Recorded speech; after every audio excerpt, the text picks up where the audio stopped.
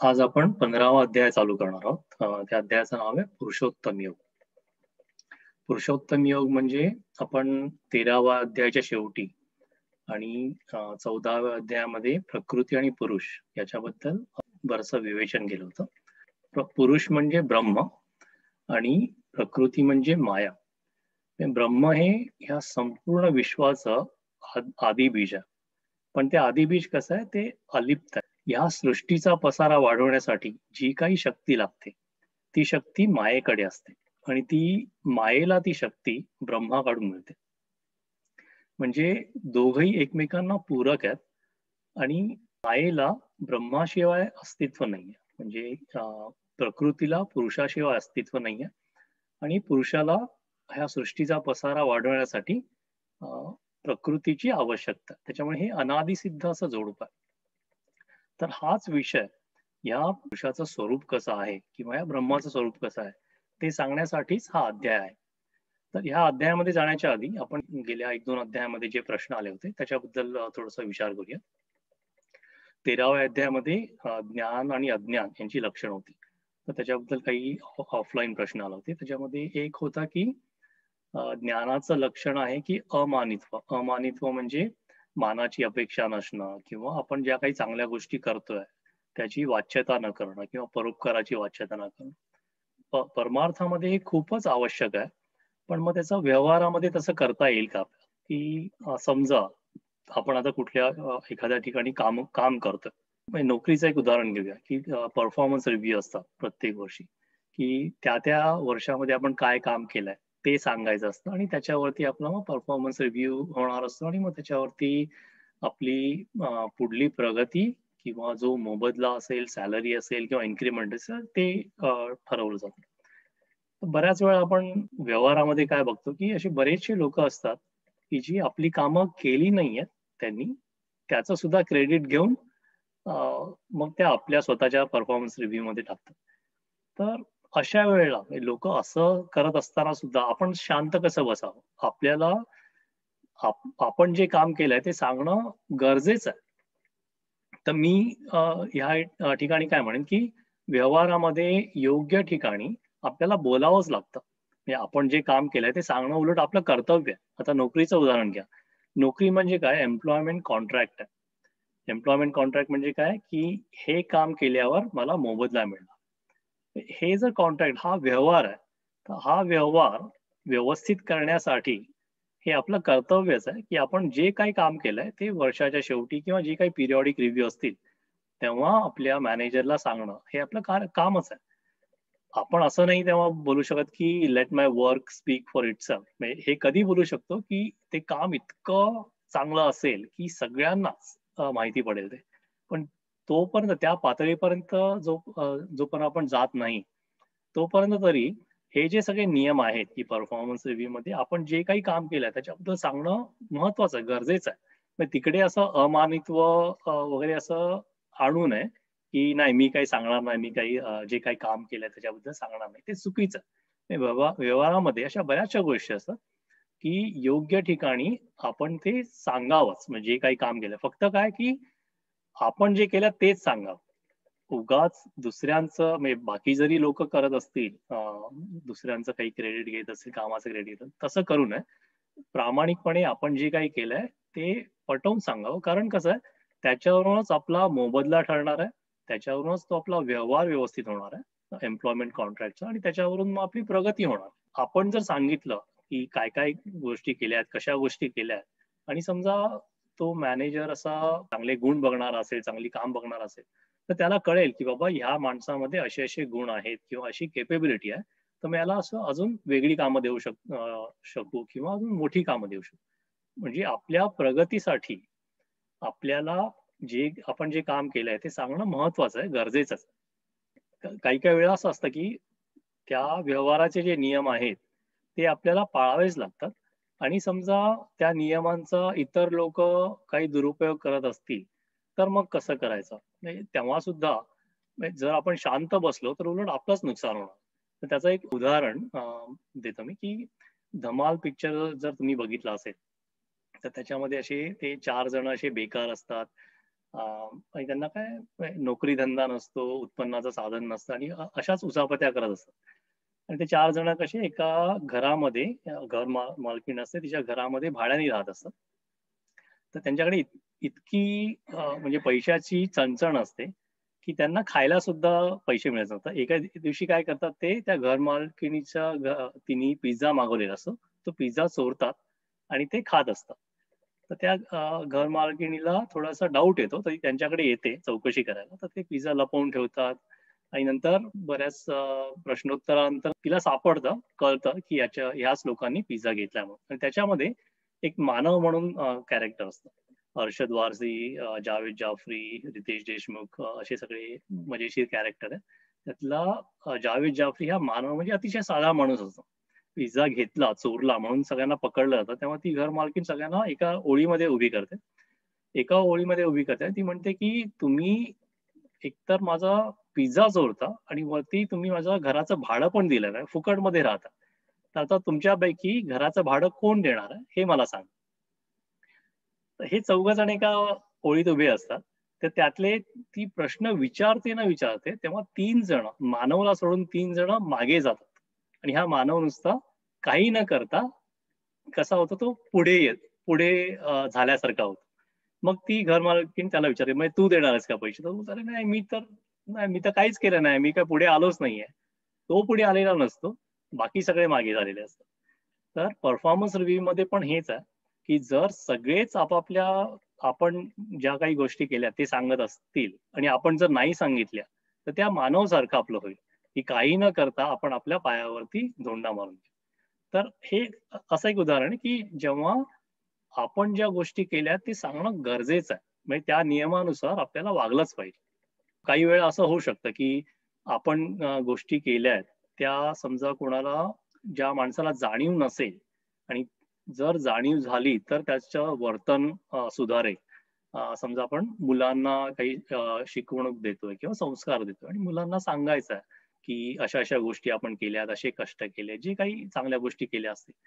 ते जर सांगून त्यांच्यावर संस्कार घडणार असतील, तर मात्र नक्की सांगावे. म्हणजे त्याच्यामध्ये काही चुकीचं नाही. म्हणजे त्याच्यामध्ये असं होणार नाहीये, की स्वतःचा मोठेपणा करतोय. ते कधी होईल जर अतिशयोक्ती झाली त्याची, तर कदाचित होईल. त्या अतिशयोक्तीवर पण एका पिक्चरमध्ये चांगला प्रसंग आहे. थ्री इडियट्समध्ये. थ्री इडियट्समध्ये शर्मन जोशीचं जे कॅरेक्टर आहे, त्या कॅरेक्टरच्या घरी हे तिघं जण जेवायला जातात. गरीब कुटुंब असतं. त्याचे वडील एकदम आजारी असतात. ते अंथरुणावर असतात. बहिणीचं लग्न बाकी असतं आणि आई कशी बऱ्याच ठिकाणी कामं करून तो घर चालवत असते. हे त्याच्या घरी जातात आणि ती त्यांना जेवायला वाढते. हे सगळे जेवायला बसत असेपर्यंत ती आई जी असते त्याची, ती संपूर्ण गाऱ्हाणं सांगत असते. "अरे बघ तुझे वडील असे अंथरुणावर आहेत. तुझ्या बहिणीचं लग्न झालं नाहीये. बहिणीच्या लग्नाची तयारी करायची आहे. एवढे पैसे कुठून आणणार? घराचं छप्पर गळतंय." हे सगळं असं गाऱ्हाणं चालू आहे. कोणासमोर? मुलासमोर ठीक आहे, पण मुलाच्या मित्रांसमोर जे फक्त इथे जेवायला आलेत त्यांच्यासमोर चालू. आणि एवढ्या ह्याच्यात सुद्धा ते जेवायला बसतात आणि त्यांचं जेवण भेंडीची भाजी असते. ती भेंडीची भाजी संपते म्हणून तो शर्मन आईला सांगतो, की "आई भेंडीची भाजी दे" म्हणून. का कोणतरी सांगतं. तर ती भेंडीची भाजी देताना ती म्हणते, की ₹12 किलो भेंडी आहे. अशी जर परत-परत पुनरावृत्ती किंवा अतिशयोक्ती होत असेल, तर असं जर सांगताना असं कोणाला ती भेंडीची भाजी, ते जेवण गळ्याखाली उतरेल का? जर असं सतत कोणी सांगितलं, तर नाही उतरणार. आता त्या माऊलीनी इतके कष्ट करून म्हणजे खरोखर वाखाणण्यासारखी गोष्ट आहे. इतके कष्ट करून ती संपूर्ण घर चालवते. पण ती बोलून ती स्वतःचंच करण्यावरती पाणी फिरवते. ते कसं होतं, की चुकीच्या ठिकाणी म्हणजे मुलाला सांगायचं असेल ती गोष्ट वेगळी आहे. पण आता मित्रांना सांगण्यामध्ये काय अर्थच नाहीये.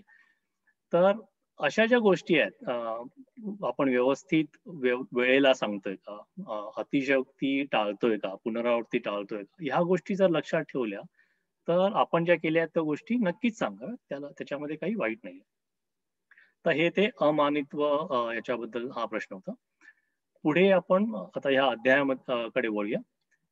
या अध्यायामध्ये सुरुवातीलाच गुरुकृपेची महती सांगितली आहे. आपण सुरुवातीपासून बघितलं की 18 अध्यायांपैकी फक्त असे 5 अध्याय आहेत, की ज्याच्यामध्ये प्रस्तावना आणि प्रस्तावनेमध्ये अशी गुरुकृपेची महती किंवा गणेश पूजन किंवा मंगलाचरण हे फक्त 5 अध्यायामध्ये नाहीये, पण बाकीच्या 13 अध्यायांमध्ये कुठल्या ना कुठल्या प्रकाराने हे मंगलाचरण आहे. ह्या अध्यायामध्ये विशेष त्याचं काय की ह्याच्यामध्ये मानस पूजेचं महत्व सांगितलं किंवा ज्या ज्या पद्धतीने त्यांनी गुरुकृपेची महती सांगितली आहे त्याच्यामध्ये मानस पूजा दिसते. म्हणून हा विषय आज आपण घेऊया. आता हृदय हे आपुले चौफाळुनिया भले वरी बैसऊ पाऊले श्री गुरूंची. म्हणजे आता हे गुरूंची पूजा करायला चालू करतात आणि त्या पूजेमध्ये सर्वात पहिली गोष्ट ते काय म्हणतात, आता हृदय हे आपुले चौफाळुनिया भले. आपलं जे हृदय आहे ते कसं पाहिजे, ते स्वच्छ पाहिजे. म्हणजे आपण अंतर्बाह्य शुचिर्भूतपणा याच्याबद्दल बोललो होतो ज्ञानाच्या लक्षणामध्ये, किंवा अंतःकरण अतिशय मलरहित म्हणजे निर्मळ अंतःकरण याचं काय महत्व आहे. आपण गोंदवलेकर महाराजांचं एक उदाहरण घेतलं होतं, किंवा परमार्थामध्ये सर्वात पहिल्यांदी गोष्ट काय करायची असते, त्यांनी शेत जमिनीचं उदाहरण दिलं असं. शेत जमिनीमध्ये जर चांगलं पीक पाहिजे असेल तर पहिल्यांदा काय करायचं, त्यातले सगळे दगड गोटे ज्या काही अशा वाईट वनस्पती असतील ते सगळे बाहेर काढायचे. त्याचा उद्देश काय की ती जागा अतिशय स्वच्छ पाहिजे. गुरूंच्या पूजनासाठी ती सर्वात पहिली गोष्ट काय सांगतात की आपलं हृदय स्वच्छ करा आणि तिकडे या गुरूंच्या पादुका ठेवा, गुरूंची पावलं ठेवा. पुढे म्हणतात ऐक्य भावाची अंजोळी सर्वेंद्रिय कुडमळी भरुनिया पुष्पांजोळी अर्घ्यू देवो. अंजुळी म्हणजे ओंजळ, ऐक्य भावाची ओंजळ. त्या ओंजळीमध्ये काय, सर्वेंद्रिय कुडमळी भरुनिया पुष्पांजळी. ओंजळीमध्ये संपूर्ण आपली इंद्रिय जी आहेत, इंद्रिय रूपी पाकळ्या त्या आपल्या ओंजळीमध्ये ठेवायच्या, गुरूंच्या पायावर अर्घ्य द्यायचं. इथे पण कसा ऐक्य भाव कोणाबरोबर आहे, गुरूंबरोबर ऐक्य भाव आहे. अनन्योदके धुवट वासनाजी तन्निष्ठ. अनन्योदके धुवट म्हणजे गुरु आणि आपण यांच्यामध्ये जे एकरूपत्व आहे, जो समरसपणा आहे, त्याच्या रूपाच्या पाण्याने गुरूंचे पाय धुवायचे. वासना जे तन्निष्ठ, आणि इथे वासना याचा चांगल्या पद्धतीने अर्थ म्हणजे चांगली वासना. गुरूंवरची जी आपली वासना आहे, जी भक्ती आहे, त्या भक्तीनी एकरूप होऊन, तन्निष्ठ म्हणजे एकनिष्ठ रूपी चंदनाचं जो टिळा आहे तो आपण अनामिकेनी, अबोट म्हणजे अनामिक, अनामिकेनी त्या गुरूंना लावावा. प्रेमाचेनी भांगारे निर्वाळुनी नुपरे लेवऊ सुकुमारे पदे तिये. प्रेमरूपी अलंकाराने त्यांच्या पायासाठी घागऱ्या बनवाव्या, म्हणजे त्याचे अलंकार बनवावे आणि त्यांच्या सुकुमार पदावरती, सुकुमार पायावरती ते अलंकार घालावेत. म्हणजे प्रेम आहे, एकनिष्ठता आहे, भक्ती आहे, ऐक्यभाव आहे आणि शुद्ध अंतःकरण, हे सगळे विषय त्यांनी या मानस पूजेमध्ये म्हणजे गुरूंची पूजा कशी करावी याच्यामध्ये सांगितलं. पुढे आनंदामोद बहळ सात्विकाचे मुकुळ ते उमरले अष्टदळ ठेवू वरी. अष्टदळ म्हणजे कमळ. आता पायावर अजून काय ठेवतात, ते कमळ ठेवतात. कमळ कसं, अष्टसात्विक भाव रूपानी, अष्टसात्विक भावाच्या ज्या पाकळ्या आहेत त्या पाकळ्यांनी संपूर्ण भरलेलं असं जे कमळ आहे ते त्यांच्या पायावर अर्पण करावं. आणि ते कसं अर्पण करावं, आनंदा मोद बहळ, आनंदरूपी वास, त्या वासासकट ते अष्टसात्विक भावाने उमललेलं जे कमळ आहे ते त्यांच्या पायावर अर्पण करावं. तेथे अहम हा धूप जाळू नाहम तेजे ओवाळू सामरस्ये पोटाळू निरंतर. तिथे अहमपणाचा धूप जाळू म्हणजे देहाभिमान जो आहे, आपला जो अहंकार जो आहे त्याचा धूप जाळू आणि नाहम तेजे ओवाळू. नाहम म्हणजे निरभिमान, निरभिमानाच्या दिव्यानी त्यांना ओवाळू. सामरस्ये पोटाळू निरंतर, आणि मग अशा ऐक्यभावाने त्यांना अगदी मनोभावाने आलिंगन देऊ. आणि कसं निरंतर, ही जी गुरूंची पूजा आहे ती निरंतर चालू. हे किती सुंदर त्यांनी वर्णन केलंय. आणि हे वाचताना म्हणजे किती तन्मयता याच्यामध्ये दिसते, किती भक्तिभाव दिसतो. मला बऱ्याच वेळा ह्या ओव्या वाचताना मीराबाईंची मूर्ती अशी समोर येते. आपण म्हणतो की ऐसी लागी लगन मीरा हो गई मगन. ती जी तन्मयता आहे ती ह्या सगळ्या ओव्यांमध्ये दिसते. तो जो एकनिष्ठपणा आहे, आपण इथे तन्निष्ठ हा शब्द वापरतो, तो एकनिष्ठपणा आहे तो संपूर्ण या ओव्यांमध्ये दिसतो. पुढे ते म्हणतात, पहा बरोबरी आगवी, मेघ चातकासी रिचवी, मज लागी गोसावी तैसे केले. गुरुपूजनाचं वर्णन केलं. त्याच्यानंतर ज्ञानेश्वर महाराज काय म्हणतात, की अशीच म्हणजे अशी पूजा मी माझ्या गुरूंची निवृत्तीनाथांची करतो आणि त्यांची अशी पूजा करण्यासाठी मी योग्य होवो, अशी योग्यता माझ्याकडे येऊ. आणि मग काय होईल? गुरुकृपेचं महात्म्य आता इथे ते इथून पुढे सांगायला लागतात. हे चातक पक्षी, आपण चातक पक्षाचं नेहमी उदाहरण देतो, की चातक पक्षी कसा अतिशय आतुरतेने वाट बघतो. कसली वाट बघतो? पावसाची वाट बघतो. की तो चातक पक्षी म्हणजे भक्त आहे आणि मेघ म्हणजे ढग जे आहेत, पावसाचे ढग आहेत, ते गुरुकृपा. मेघ जो असतो, तो काय करतो, की भरपूर खटाटोप करून म्हणजे समुद्रातलं पाणी शोषून आकाशात घेऊन जाऊन त्या आकाशातून नंतर मग जो पाऊस होतो, हा संपूर्ण खटाटोप तो ढग कोणासाठी करतो? त्या एका चातकासाठी करतो. प्रमाणे माझे गुरु माझ्यासाठी इतकी मेहनत करतात, इतका खटाटोप करतात आणि त्याच्यामुळे त्या चातकासारखी माझी अवस्था झाली आहे. कशी? मग त्यांच्या गुरुकृपेने माझ्या तोंडामध्ये हे ज्ञानाचं पाणी पडतं.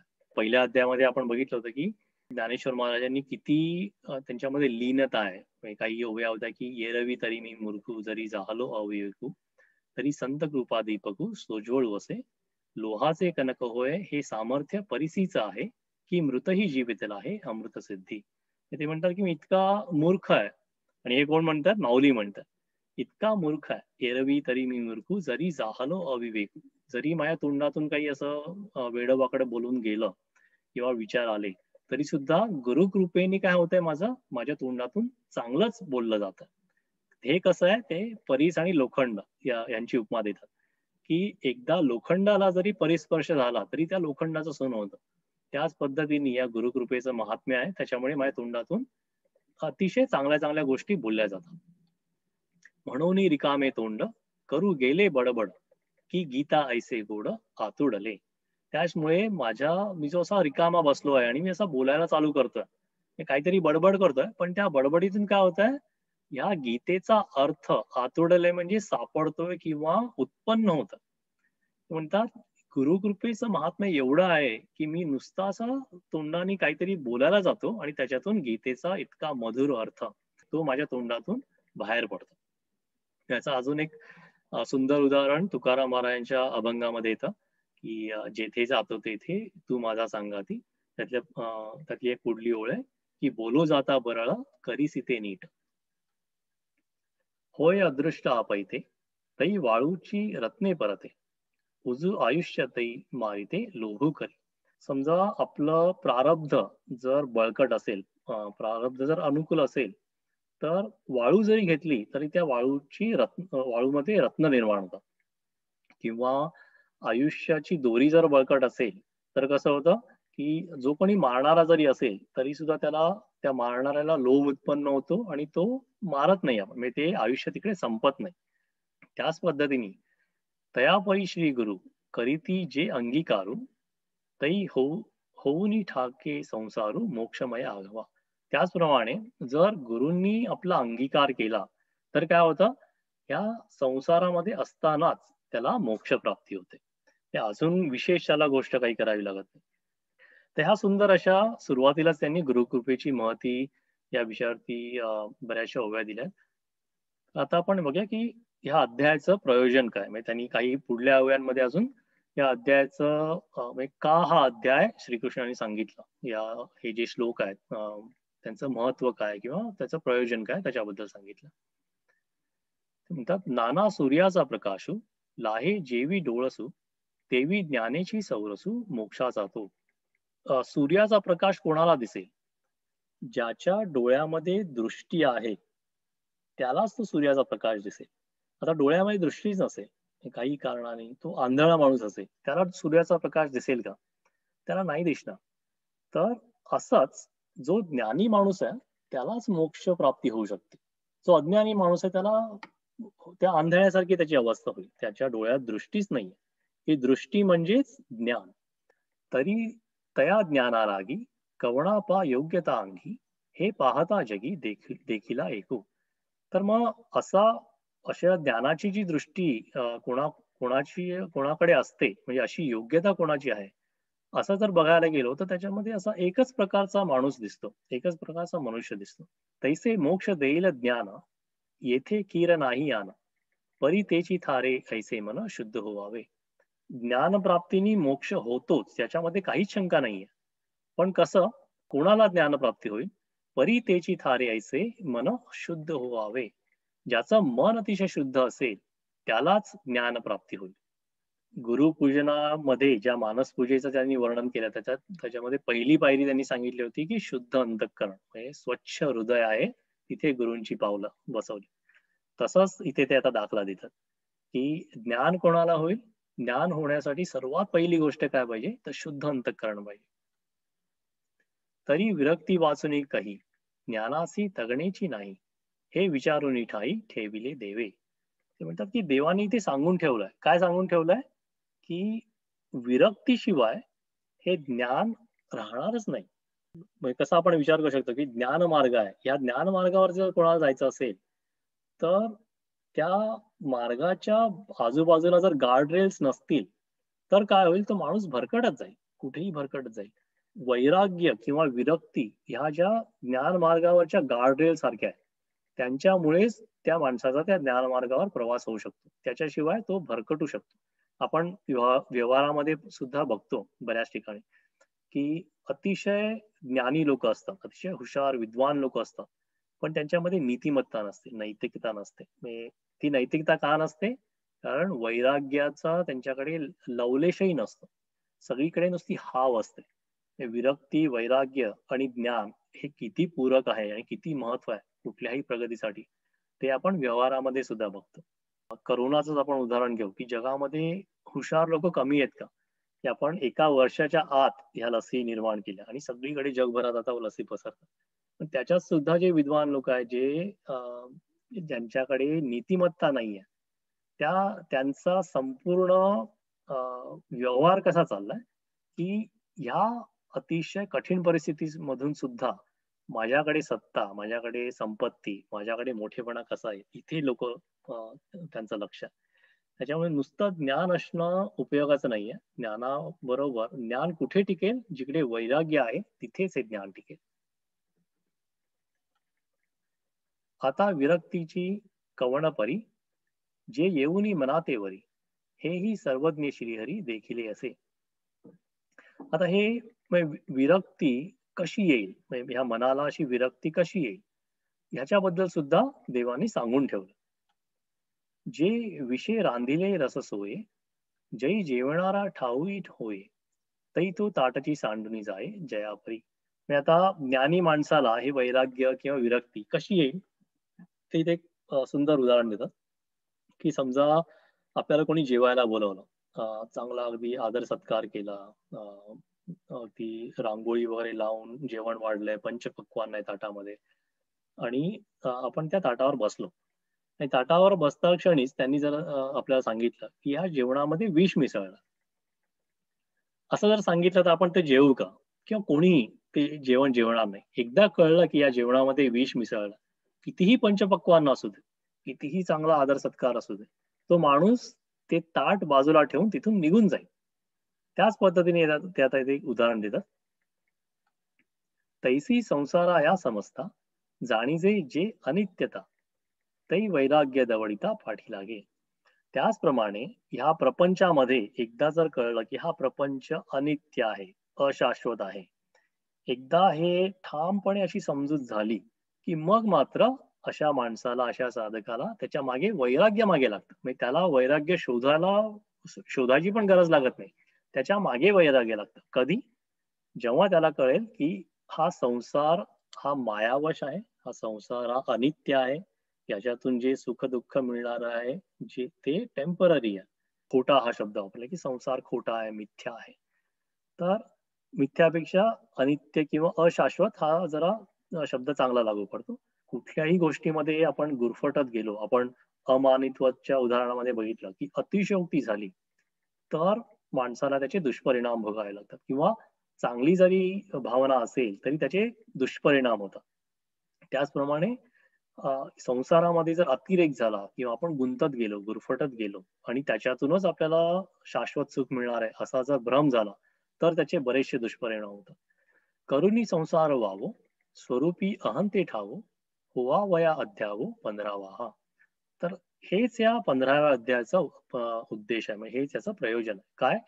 की हा संसार जो आहे तो अनित्य आहे आणि तुझं जे अ, आत्मस्वरूप आहे तेच खरं आहे.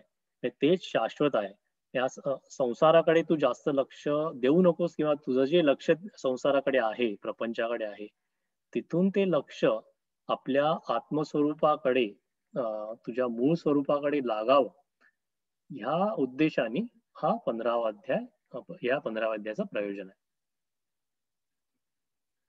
मग त्यांनी अशा संसाराचं वर्णन केलंय. मी माया किंवा प्रपंच याचं वर्णन केलंय आणि ते वर्णन कसं केलंय एका झाडाची उपमा दिली त्यांनी. अश्वत्थ वृक्ष, अश्वत्थ म्हणजे पिंपळ असं सुद्धा आपण म्हणतो. तर त्यांनी म्हटलं की ही माया कशी आहे? ही माया एका अश्वत्थ वृक्षासारखी आहे. पण या वृक्षाचा एक विशेष आहे. ते विशेष काय आहे? की हा वृक्ष उलटा आहे, की याची मुळं आकाशामध्ये आणि फांद्या, पानं वगैरे सगळी खालती आहेत. तर हे एक त्याचं विशेष आहे. म्हणजे हे झाड असं असाधारण आहे. याची आपण बाकीच्या झाडांची बघितली, की त्यांची वाढ कुठे होते? ते झाड वाढायला लागले, की ते झाड वर जातं. म्हणजे वाढ वर होते आणि समजा ते आपण झाड आपल्याला कापायचं असेल, तर आपण जर मुळाशी त्याच्या घाव घातला किंवा बुंध्याशी त्याचा घाव घातला किंवा कुऱ्हाडीचा घाव घातला काय केलं, तर मग त्या हळूहळू त्याच्या फांद्या उन्मळून पडतात, त्याची पानं किंवा ते संपूर्ण झाड उन्मळून पडतं. तर असं साधारण आपण जे झाड बघतो त्याची अशी अवस्था असते. पण ह्या झाडाची विचित्र अवस्था आहे. हे उलटं झाड आहे आणि याची वाढ खालती आहे. म्हणजे कितीही याची पानं, फांद्या तोडल्या, तरी ते नेहमी वाढतच राहतं. त्याच्यामुळे हे असं विचित्र पद्धतीचं झाड आहे. मग त्यांनी या झाडाचं आणि मग त्या संपूर्ण मायेचं, या सृष्टीचं असं वर्णन केलं. ते म्हणतात की या झाडाच्या मुळाशी, अगदी मुळाशी काय आहे? की ते ब्रह्म आहे. त्या ब्रह्मामुळे काय होतं? त्या ब्रह्मामुळे माया निर्माण होते. आणि या संपूर्ण सृष्टीचा पसारा निर्माण करायला कारणीभूत कोण आहे? माया आहे. ज्ञान मार्गावर जाण्यासाठी, ज्ञानाची प्राप्ती करण्यासाठी, आता ज्ञान कुठे आहे? हे ब्रह्म समजून घेणं, तिकडे ज्ञान आहे. तर ह्या ज्ञानाची प्राप्ती करण्यासाठी या मार्गावरती संपूर्ण ह्या मायेचा वृक्ष आहे. म्हणजे आणि हा वृक्ष कसा अफाट आहे. हा वृक्ष पार करून मग आपल्याला ती ज्ञानप्राप्ती करायची. तर त्याच्यामध्ये किती अडथळे आहेत.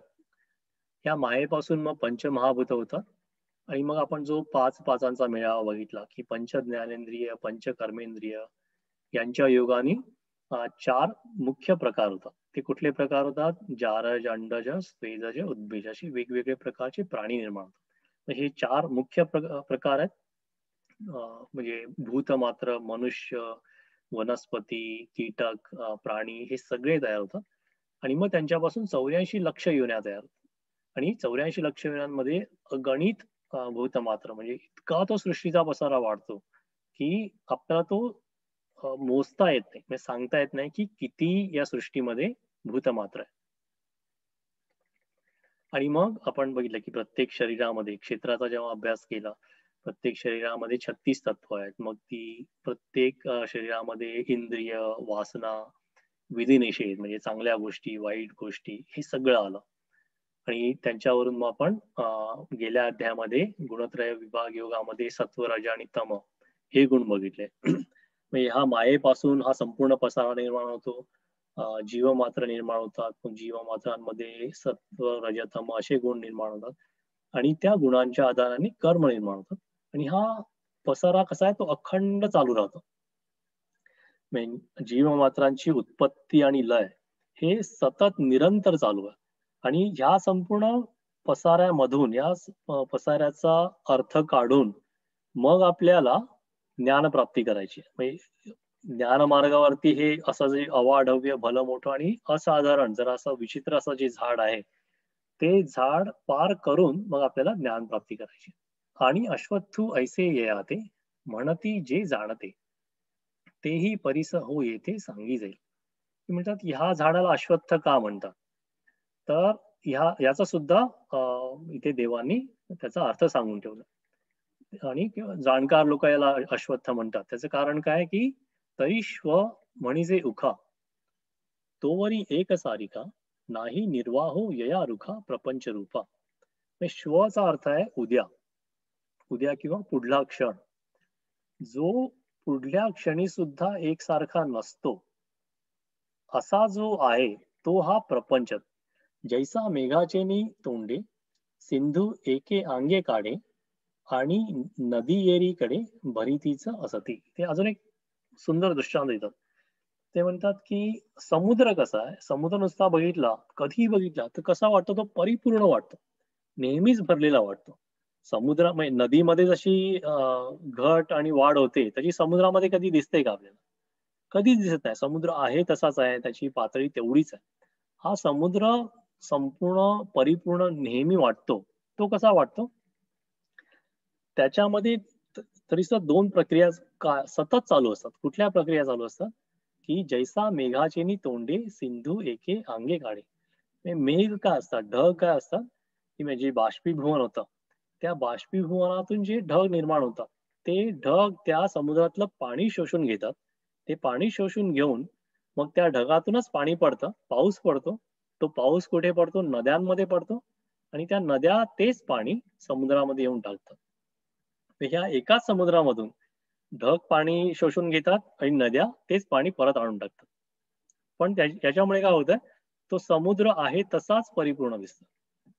तेथ वोहटे ना चढे ऐसा परिपूर्णची आवडे परिते फुली जव नुगडे नुगडे मेघा नदीची. हा परिपूर्ण कधीपर्यंत दिसेल? जोपर्यंत ह्या दोघांमधली एक गोष्ट थांबली नाहीये तोपर्यंतच. म्हणजे समजा मेघांनी बाष्पीभवन थांबवलं तर काय होईल? तर समुद्राची आणि नद्या पाणी देताच आहेत. एका बाजूने नुसतं फक्त पाणी येत आहे, दुसरीकडून पाणी जातच नाहीये ढगांमध्ये. तर मग मात्र त्या समुद्राची पातळी वाढेल. किंवा नद्यांनी जर पाणी द्यायचं थांबवलं आणि मेघाने नुसतं शोषण केलं तर त्याची पातळी कमी होईल. तर ते हेच सांगतात की ह्या वृक्षाचं सुद्धा असंच आहे. या वृक्षामध्ये उत्पत्ती आणि लय हे इतके वेगाने होत आहेत. म्हणजे इतका सतत बदल होत असताना सुद्धा तो वृक्ष जो आहे तो आहे तसाच दिसतो. म्हणजे त्याच्यामध्ये काहीच बदल दिसत नाही. म्हणून त्याला अश्वत्थ असं म्हणतात. ऐसे या रुखाचे होणे जाणे न तर्के होतिलेनी वहिलेपणे म्हणून यया ते लोक म्हणे अव्ययू हा. त्याच पद्धतीचे हे झाड आहे आणि त्याच्यामुळे इतक्या वेगाने या सगळ्या गोष्टी होत आहेत तरी सुद्धा हे कसं झाड आहे, ते आहे तसंच दिसतं. म्हणजे असं बघताना असं वाटतं की हे स्थिर झाड आहे किंवा शाश्वत आहे. हे मायेचं पण तसंच आहे, प्रपंचाचं पण तसंच आहे. भास असा होतो की ही मायाच शाश्वत आहे. त्याचप्रमाणे हा जो हे सगळं तर्काच्या बाहेर आहे म्हणतात. ते तर्के होतेनी वहिलेपणे म्हणून यया ते लोक म्हणे अव्ययी व्हा. त्याच्यामुळे हा जो भास होतो त्याच्यामुळे लोक काय म्हणतात की हा प्रपंचच खरा आहे, हा प्रपंचच शाश्वत आहे, म्हणून लोक त्याला अव्यय म्हणतात. मी याच्यामध्ये कुठे खंड नाहीये किंवा याच्यामध्ये कुठे असा कमीपणा नाही. तर हे असं भास जो होतो तेच या प्रपंचाचं स्वरूप आहे. अजून काही ओव्यांमध्ये ते उदाहरण देतात की कोलीत असतं. कोलीत असतं ते समजा आपण वेगाने गोल गोल फिरवलं. आता कोलीत जर माहिती नसेल तर समजा आपण दिवाळीमध्ये फुलभाज्या वापरतो. त्या फुलभाज्या जर आपण पेटवून त्या जळत असताना अगदी जोरात आपण जर गोल गोल गोल गोल फिरवल्या तर ते कसं एक संपूर्ण आगीचं एक चक्र दिसतं. आता ते चक्र खरोखर असतं का? ते चक्र नसतं, तो नुसता भास असतो. का भास असतो? कारण इतक्या वेगाने ती फुलभाजी आपण फिरवत असतो. त्या वेगामुळे ते फुलभाजी न दिसता ते एक आगीचं चक्र दिसतं. त्याचप्रमाणे प्रपंचाचं सुद्धा असंच आहे, की तो जो भास असतो आपल्याला, त्या भासामुळे आपल्याला हा प्रपंच खरा वाटतो. मग हा संसाररूपी वृक्ष आहे, त्याचा नाश कसा करायचा? तर पहिली गोष्ट नाश का करायचा? तर ह्या वृक्षाच्या पलीकडेच जे आत्मज्ञान आहे, त्या आत्मज्ञानापर्यंत पोहोचण्यासाठी या वृक्षाचा नाश करायचा. तर तो कसा करायचा? एवम आदी ना अंतु स्थिती ना रूप ययासी आधी आता काय सी कुंता कुंती उन्मळूनी गा. म्हणतात एकदा तुला ह्या वृक्षाचं स्वरूप कळलं, कसं स्वरूप आहे की याला आदी नाहीये, अंत नाहीये. याची उत्पत्ती आणि लय इतक्या वेगाने होते, त्याच्यामुळे हा स्थिर वाटतोय. पण हा स्थिर नाहीये. याला सुरुवात नाहीये, शेवट नाहीये, याला रूप सुद्धा नाहीये. असं जर असेल, तर हा वृक्ष कसा आहे मग? हा वृक्ष आकाशातल्या किल्ल्यासारखा आहे. आकाशातला किल्ला सर करायचा असेल, तर त्याला काही करावं लागतं का? किंवा मृगजळ असेल. मृगजळ कसं आहे? हा मृगजळ नुसता भास आहे किंवा स्वप्न आहे.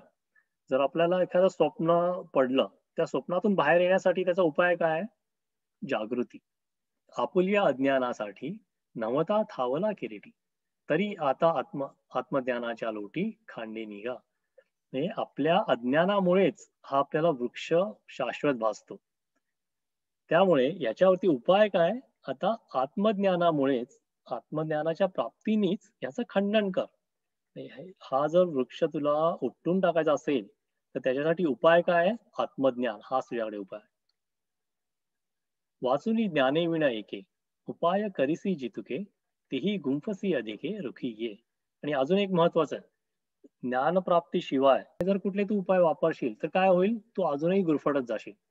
आणि सर्वात दुष्परिणाम या प्रपंचामध्ये गुरफटण्यामुळेच होतात. इंद्रिय वासनांचा जिकडे अतिरेक होतो, आसक्तीचा अतिरेक होतो, तिकडेच दुष्परिणाम होतात. म्हणून स्वप्नीची या गाया, ओखद चेवोजी धनंजया, तेवी अज्ञान मुळाया ज्ञानाची खड्ग.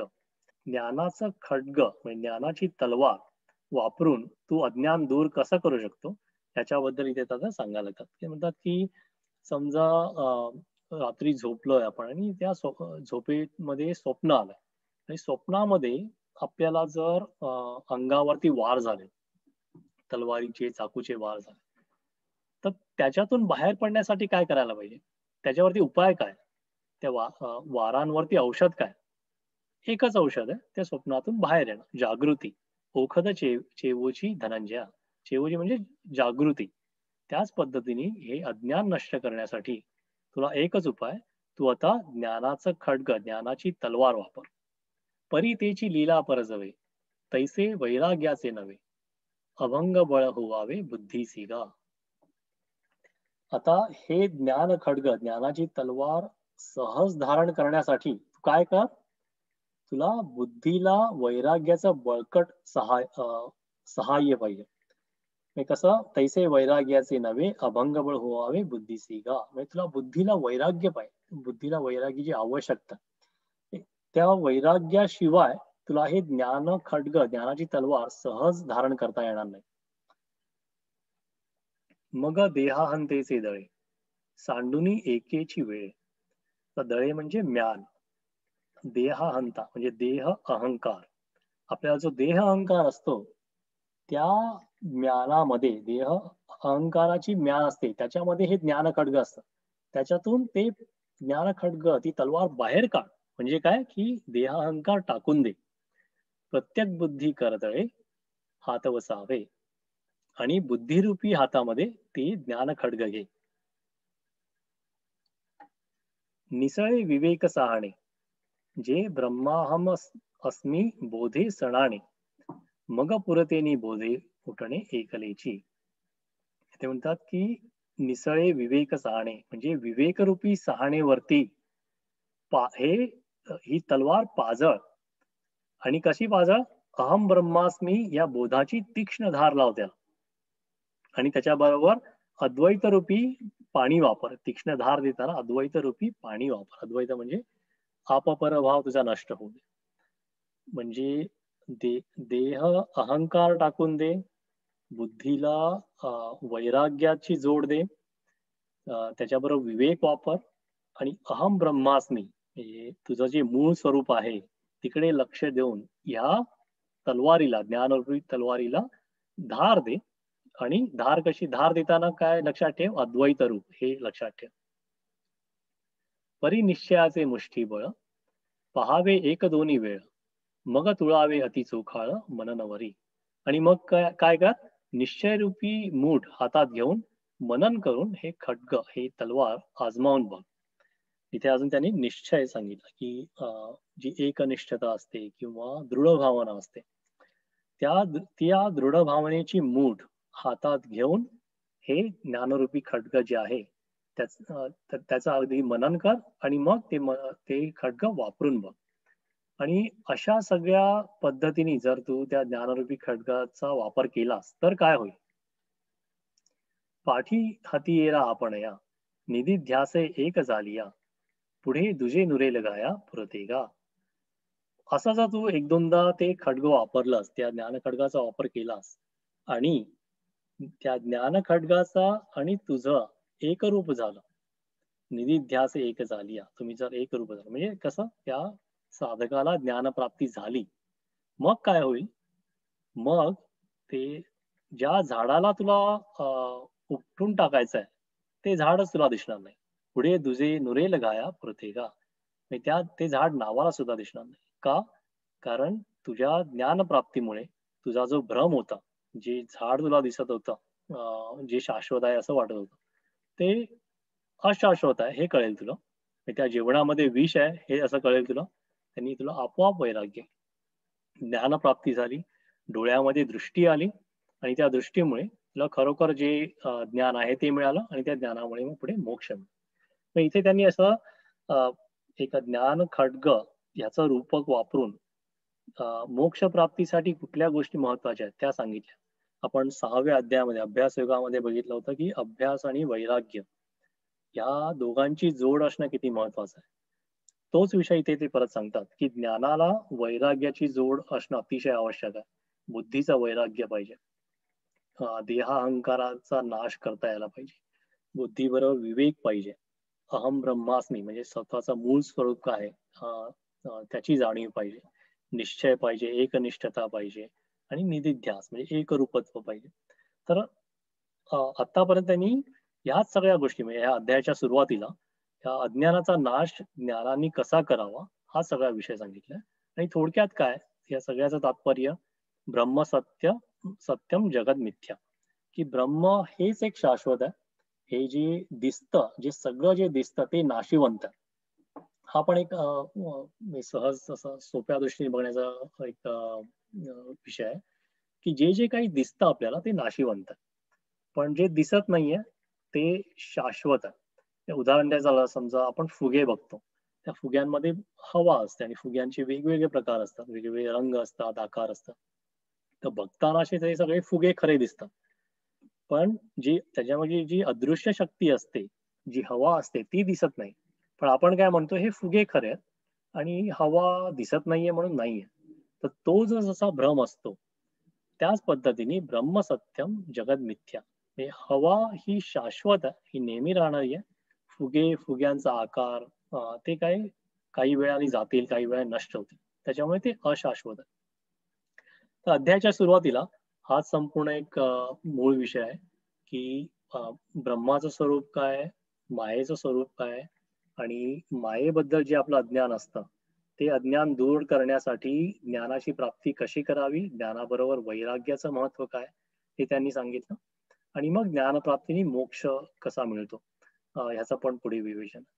तर पुरुषोत्तम योग या अध्यायामध्ये पुढे काय सांगितलंय उर्वरित अध्यायामध्ये ते आपण पुढल्या अभ्यास वर्गामध्ये बघूया. आजचा अभ्यास वर्ग इथेच थांबवूया. आतापर्यंतची झालेली सेवा गुरुचरणी अर्पण करून पसायदानाने आजच्या अभ्यास वर्गाची सांगता करूया.